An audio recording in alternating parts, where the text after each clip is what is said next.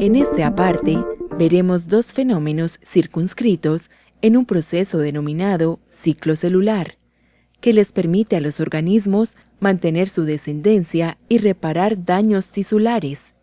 Para comenzar, diremos que el ciclo celular es uno de los eventos más relevantes para el mantenimiento de la vida. Permite a los organismos unicelulares, exceptuando a los procariotas, dividirse, fenómeno conocido como mitosis, para perpetuar su especie, aumentar su número poblacional y formar estructuras que participan en la reproducción. De otro lado, en los organismos pluricelulares, la mitosis permite el crecimiento del organismo, la reparación de tejidos dañados o lastimados y la renovación de tejidos epidérmicos. Por su parte, el fenómeno conocido como meiosis permite la formación de células sexuales, que son las responsables de la formación de la descendencia de los organismos que se reproducen sexualmente. Para comprender mejor el ciclo celular, este ha sido dividido en varias fases, caracterizadas por una serie de eventos singulares. La duración de cada una de ellas en particular y del ciclo en general varía según el tipo de órgano y de organismo. Es importante mencionar que en algunos puntos del ciclo, las interacciones entre unas proteínas y sus enzimas correspondientes, podemos mencionar las ciclinas y las quinasas dependientes de las ciclinas, determinan si el ciclo continúa o se detiene. A partir de este hecho, podemos comprender entonces por qué algunas células de nuestro cuerpo no continúan dividiéndose durante el resto de nuestras vidas y otras sí lo hacen. Ahora que hemos mencionado el control químico que se ejerce sobre el ciclo por estas moléculas, 3 de las 4 fases que lo conforman se denominan en conjunto interfase. Estas fases son G1, S y G2. La fase G1, de la palabra inglesa gap, que significa intervalo, puede tomarse como el inicio del ciclo. La fase G1 es importante dentro del ciclo celular, ya que en ella, y dependiendo del tipo de célula, el ciclo puede desviarse a una fase alterna denominada G0, en la cual la célula puede detener definitivamente su capacidad de dividirse, como las células del sistema nervioso, o retardarlo por periodos relativamente largos, como en las células sexuales. Ahora veamos qué ocurre en la fase G1 propiamente dicha. Algunas de las organelas celulares, como las mitocondrias y los cloroplastos, se duplican o se reparten en la célula que inicia el ciclo celular. Además, se sintetiza una gran cantidad de moléculas, como las bases nitrogenadas y las proteínas necesarias para la siguiente fase, fase S, de la palabra inglesa síntesis. En esta fase ocurre la replicación del ADN utilizando todas las bases nitrogenadas y las enzimas sintetizadas en la fase anterior, G1. Aquí es importante hacer varias observaciones.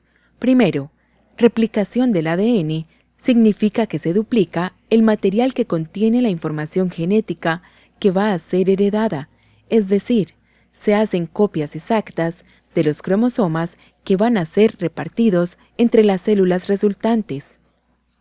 Segundo, los cromosomas se encuentran en estado relajado, es decir, como hebras distendidas dentro del núcleo, y su duplicación se desarrolla por fragmentos. Tercero, si el proceso involucra una división mitótica, las dos células resultantes tendrán el mismo número cromosómico y un genotipo similar al de la célula madre. Pero si la división es meiótica, las 4 células resultantes tendrán la mitad del material genético de la célula madre y algunas de ellas tendrán un genotipo nuevo, producto de la recombinación de cromátidas homólogas en la profase 1. Cuarto, la división mitótica se puede dar en células haploides y diploides, mientras que la meiosis solo ocurre en células diploides, como aquellas que producen los óvulos en la mujer y los espermatozoides en los hombres. Por último, Ninguno de los procesos mitóticos o meióticos se presenta en las ancestrales células procariotas o bacterias. En estas, la reproducción se da principalmente por un proceso denominado fisión binaria o bipartición. Finalizada la duplicación del material genético, la célula entra en la fase conocida como G2, haciendo alusión a un segundo intervalo, gap, como el G1. En esta fase, la célula termina los últimos preparativos para el proceso de mitosis o meiosis, según sea el caso. En el caso de las células animales y algunos otros organismos, los centriolos, estructuras proéticas que se ubican cerca del núcleo y participan en la organización de las fibras del uso acromático, se duplican y se mueven hacia los polos opuestos de la célula. En las células vegetales no hay centriolos.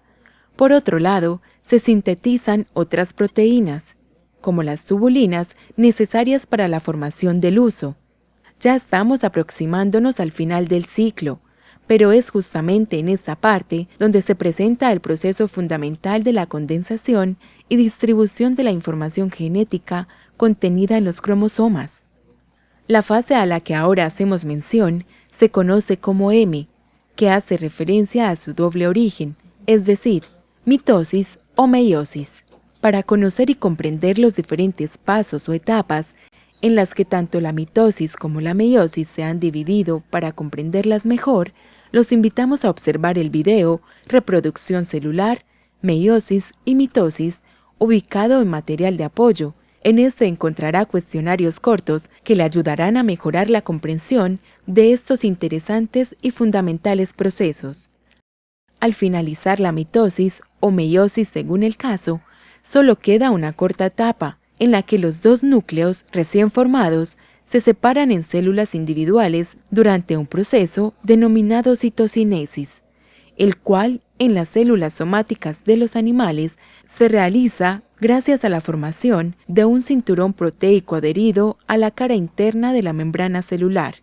Entre los dos núcleos, esto se empieza a estrechar, constriñendo la célula, de tal forma que en algún momento los puntos que estaban diametralmente opuestos se unirán, produciendo de este modo dos células de un tamaño generalmente menor que el de la célula original. En las células vegetales, este proceso es diferente debido a la presencia en estas de una pared celular. Aquí, entonces, unas pequeñas vesículas que contienen unas proteínas son depositadas en el plano medio que separa a los dos núcleos recién formados. Posteriormente, todas estas vesículas se unen, formando una membrana denominada laminilla media, sobre la cual se unirá a ambos lados la pared celular.